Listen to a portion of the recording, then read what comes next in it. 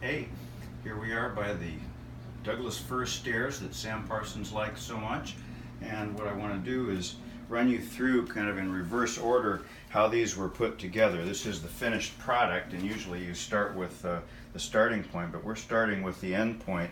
You can see the stair treads right here. From the bottom up are sections of what's called a 2x12, and all of the horizontal pieces in this entire staircase, the total out-of-pocket cost was $11 worth of wood. $11 for the total staircase? The underlying support was already there and was not changed, but to throw away the stair treads, which were sort of substandard and cracked and really wouldn't have been beautiful even if you'd been able to sand them, it wasn't practical. So I tore the others out and we put this in. These have been installed with drill driver screws, so it's very, very firm. And in fact, these stairs will never squeak because there's also some underlying silicone underneath each stair tread, so it's screwed into an adhesive base and it cannot creak. Okay, so can you say again the cost for the total redo of the stairs in terms of wood? How much? The cost for the total redo would be $11 for the horizontal sections, and for the vertical sections, this is 1/4 inch plywood, which was laminated over some fairly poor quality 3/4 inch pine. And so this is pine plywood, but it's a fine finished pine plywood, so there's no knots in it. I think it's called AC pine plywood, and it's just varnished with indoor urethane satin finish varnish. That's how it's done. Right, but how much did that part of it cost?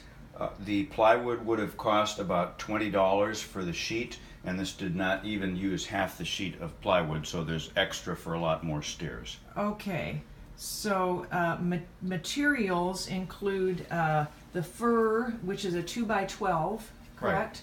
And then there's the plywood that is oak plywood on pine. And some screws and some finishing And nails, screws and and finishing your nails, time, so- and the urethane Okay. varnish, which is probably a $6.98 item. So Okay, so shall we look at the stairs that aren't finished now in our house? Sure, let's do that. Okay, all right.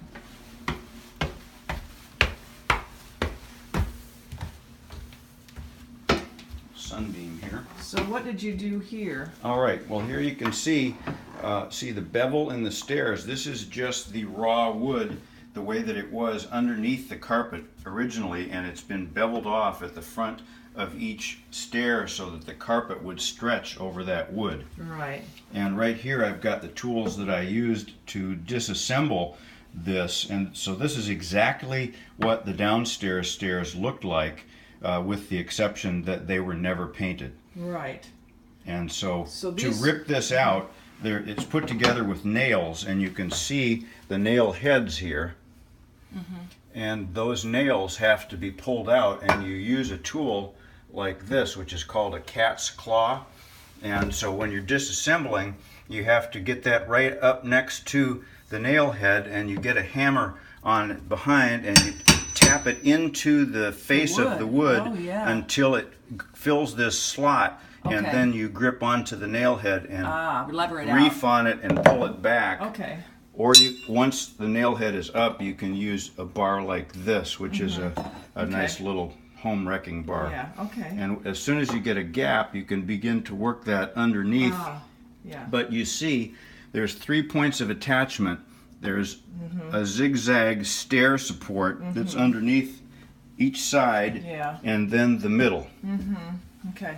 Now all those need to be pulled up.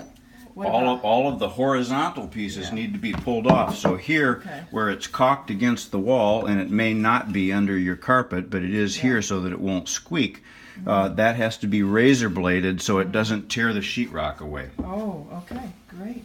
All right, well, thank you for the info on everything, and I assume that you're going to be ready and willing to help out as soon as you're able, correct? We got the tools. Okay, all right. Bye for now.